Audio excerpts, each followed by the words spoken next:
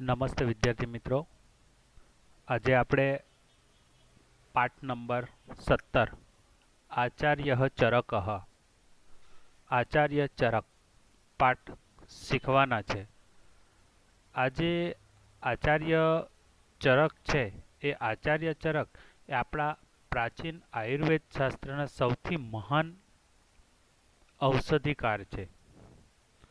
આ આચાર્ય ચરકે ચરક સંહિતા નામનું એક ગ્રંથની રચના કરી છે અને એની અંદર વ્યક્તિના શરીરની અંદર થતા જે અનેક રોગો છે એ દરેક રોગોનું જે નિવારણ છે એ નિવારણ આ ચરક સંહિતાની અંદર લખાયેલું છે અને આ એક ઔષધિ શાસ્ત્ર છે. બરાબર છે. એટલે આપણે આ પાઠને આજે શીખવાના છે. આપણે પાઠ જોઈએ. ચરક નામના પ્રસિદ્ધ આચાર્ય ખ્રિસ્તસ્ય પ્રથમ શતાબ્દામ આયુર્વેદસ્ય મહાન પંડિત. ચરક નામના એટલે કે ચરક નામે પ્રસિદ્ધ આચાર્ય એટલે કે પ્રસિદ્ધ આચાર્ય ખ્રિસ્તસ્ય એટલે કે ઈસવીસન પ્રથમ શતાબ્દામ પ્રથમ એટલે પહેલા અને શતાબ્દામનો અર્થ થાય છે સદીમાં. ચરક નામે પ્રસિદ્ધ આચાર્ય ઈસવીસનની પહેલી સદીમાં આયુર્વેદસ્ય મહાન પંડિત આયુર્વેદસ્ય એટલે કે આયુર્વેદના મહાન પંડિત બરાબર મહાન પંડિત અથવા તો વિદ્વાન હતા. બરાબર છે. સહ તે કનિષ્ક નૃપતે કનિષ્ક એટલે કે કનિષ્ક અને નૃપતિનો અર્થ થાય છે રાજા ના કનિષ્ક રાજાના રાજવૈદ્ય આસિત રાજવૈદ્ય હતા. અસ્ય આચાર્યસ્ય ચરક સંહિતા નામક અસ્ય આ આચાર્યસ્ય છઠ્ઠી વિભક્તિ છે સ્ય પ્રત્યય લાગેલો છે. આચાર્યનો ચરક સંહિતા નામક ચરક સંહિતા નામનો સુપ્રસિદ્ધ ગ્રંથ વર્તતે. સુપ્રસિદ્ધ એટલે કે સુપ્રસિદ્ધ અથવા તો તમે વિખ્યાત એવો અર્થ પણ લખી શકો છો. ગ્રંથ વર્તતે ગ્રંથ છે. આયુર્વેદસ્ય પ્રાચીનતમ એષુ આયુર્વેદના પ્રાચીનતમ એષુ એટલે કે સૌથી જૂનો પ્રાચીન એટલે કે જૂનું વિશ્વ વિખ્યાતેષુ ચ એટલે અને વિશ્વવિખ્યાતેષુ એટલે કે વિશ્વવિખ્યાત ગ્રંથેષુ ગ્રંથોમાં અસ્ય ગણના ભવતી અસ્ય એટલે કે આની ગણના ભવતી ગણતરી થાય છે. બરાબર. હવે આપણને આયુર્વેદની અંદર કઈ કઈ વિગતો છે એનું વર્ણન અહીં દર્શાવેલું છે. અસ્મિન્ન ગ્રંથે અસ્મિન્ન એટલે કે આ ગ્રંથે ગ્રંથમાં આ ગ્રંથમાં હવે દરેક નામ આપેલા છે વિભાગના પ્રકરણના. બરાબર. નામનું અનુવાદ એનું એ જ રહેશે. સૂત્રસ્થાન એનો અર્થ થાય છે સૂત્રસ્થાન, નિદાન સ્થાન, વિમાન સ્થાન, શરીર સ્થાન, ઇન્દ્રિય સ્થાન, ચિકિત્સા સ્થાન, કલ્પસ્થાન. ચ ઇતિ ચ એટલે અને સિદ્ધિસ્થાન એટલે કે સિદ્ધિસ્થાન. ઇતિ એટલે એમ. અષ્ટો પ્રકરણાની સંતિ અષ્ટો એટલે કે 8 અને પ્રકરણાની સંતિ એટલે કે પ્રકરણો છે.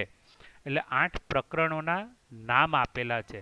સૂત્રસ્થાન, નિદાન સ્થાન, વિમાન સ્થાન, શરીર સ્થાન, ઇન્દ્રિય સ્થાન, ચિકિત્સા સ્થાન, કલ્પસ્થાન, સિદ્ધિસ્થાન. બરાબર. આ 8 પ્રકરણોના નામ તમારે યાદ રાખવાના છે. એતેષુ સર્વેષુ પ્રકરણેષુ એતેષુ એટલે કે આ સર્વેષુ એટલે કે બધા પ્રકરણેષુ પ્રકરણોમાં सम्मिल्य એટલે કે કુલ મળીને, બરાબર, એટલે કે કુલ વિંશત્ય ઉત્તર એકશતમ, બરાબર, વિંશત્ય ઉત્તર એટલે કે 20 કરતા વધારે, એટલે અહીંયા પાછળ શતમ લખેલો છે એટલે 100, બરાબર, એટલે કે 120 અધ્યાયા સંતિ, અધ્યાયો છે. એટલે કુલ કેટલા અધ્યાયો છે? પહેલા તો 8 પ્રકરણો અને 8 પ્રકરણના કુલ 120 અધ્યાયો. અસ્ય ગ્રંથસ્ય પ્રમાણમ, આ ગ્રંથનું પ્રમાણ એટલે કે કદ, વિસ્તાર, દ્વાદશ સહસ્ત્ર શ્લોકા, દ્વાદશ સહસ્ત્ર શ્લોકા એટલે કે 12,000 શ્લોકોનું છે. તમ એકમ વર્તતે, બરાબર, 12,000 શ્લોકોનું છે. અત્ર પ્રાયઃ, અત્ર એટલે એમાં, અને પ્રાયઃ લગભગ અથવા તો ઘણું કરીને, બે અર્થ થાય છે. સહસ્ત્રદ્વયમ, સહસ્ત્રદ્વયમ એટલે કે 2000, ઔષધ યોગાનામ, ઔષધ યોગનું, વિસ્તૃતમ વ્યાખ્યાનમ અસ્તિ, વિસ્તૃત વ્યાખ્યાનમનો અર્થ થાય છે વર્ણન, અને અસ્તિ એટલે છે. 2000 ઔષધિઓનું વિસ્તૃત વર્ણન કરેલું છે.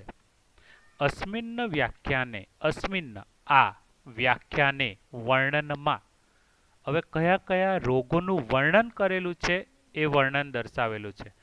જ્વર, જ્વર એટલે કે તાવ, રક્તપિત્ત એટલે રક્તપિત્ત રોગ, ઉન્માદ, ઉન્માદ એટલે કે ગાંડપણ, જે મનોવિજ્ઞાન, મનથી ગાંડો હોય, માનસિક ગાંડો હોય એની વાત કરેલી છે, ઉન્માદ.